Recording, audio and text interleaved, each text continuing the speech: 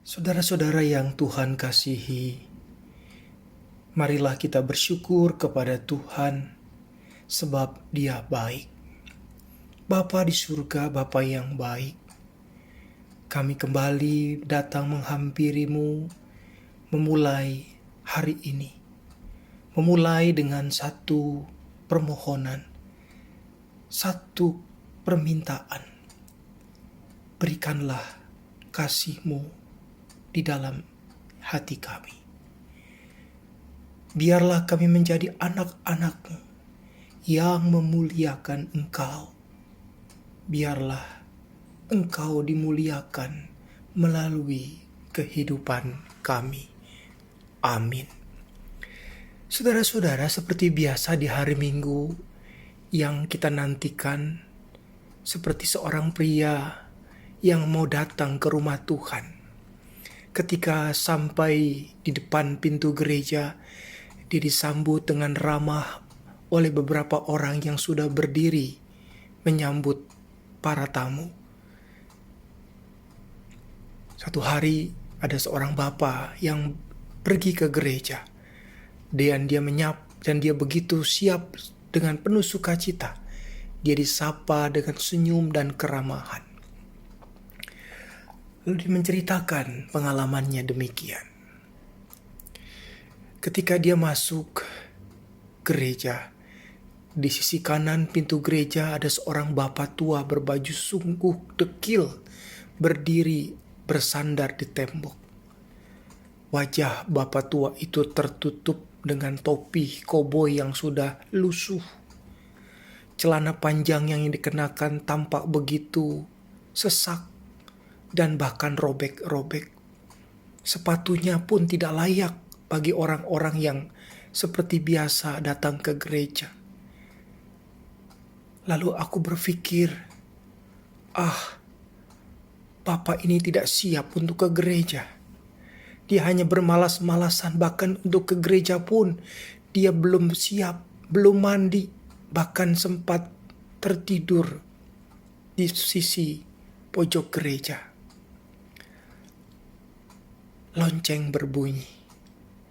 Semua jemaat serentak berdiri.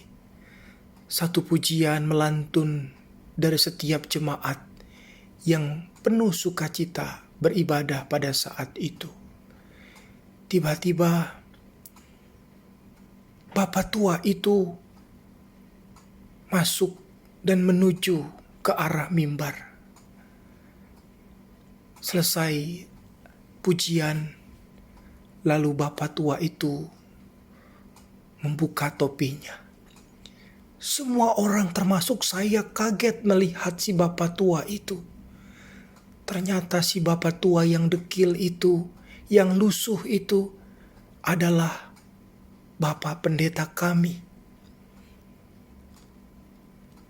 Ketika kidung pujian selesai dinyanyikan jemaat, dari atas mimbar, si bapak itu alias Pak Pendeta itu berkata kepada jemaatnya, "Saudara-saudara, haruskah aku memakai jubah seorang pendeta untuk membuktikan bahwa aku adalah seorang pendeta? Tidak.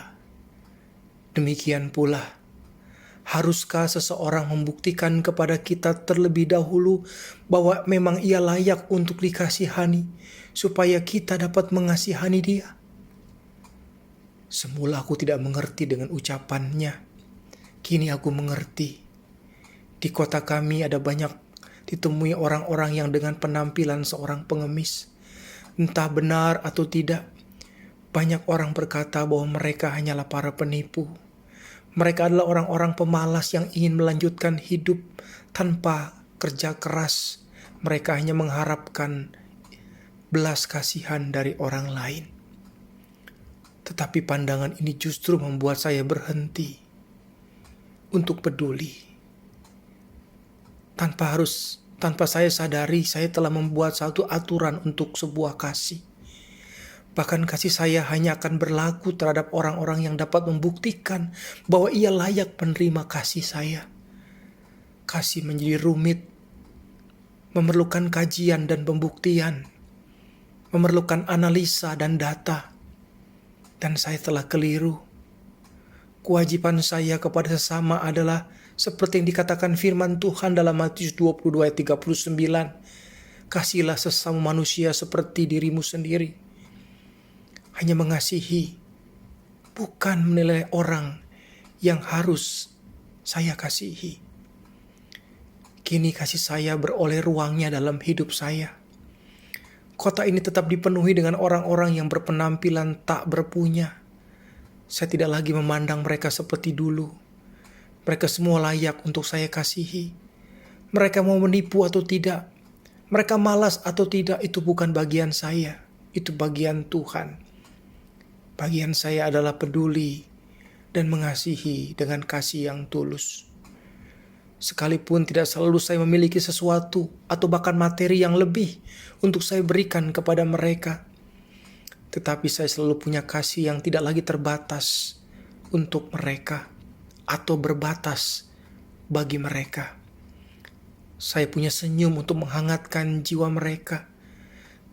Saya punya sesuatu yang bisa membangun, mendukung, menguatkan dan menghibur mereka dengan kata-kata saya.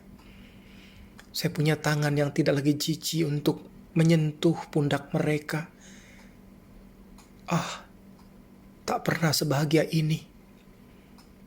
Itulah contoh yang diberikan oleh Bapak Pendeta ketika ia menyamar menjadi orang miskin.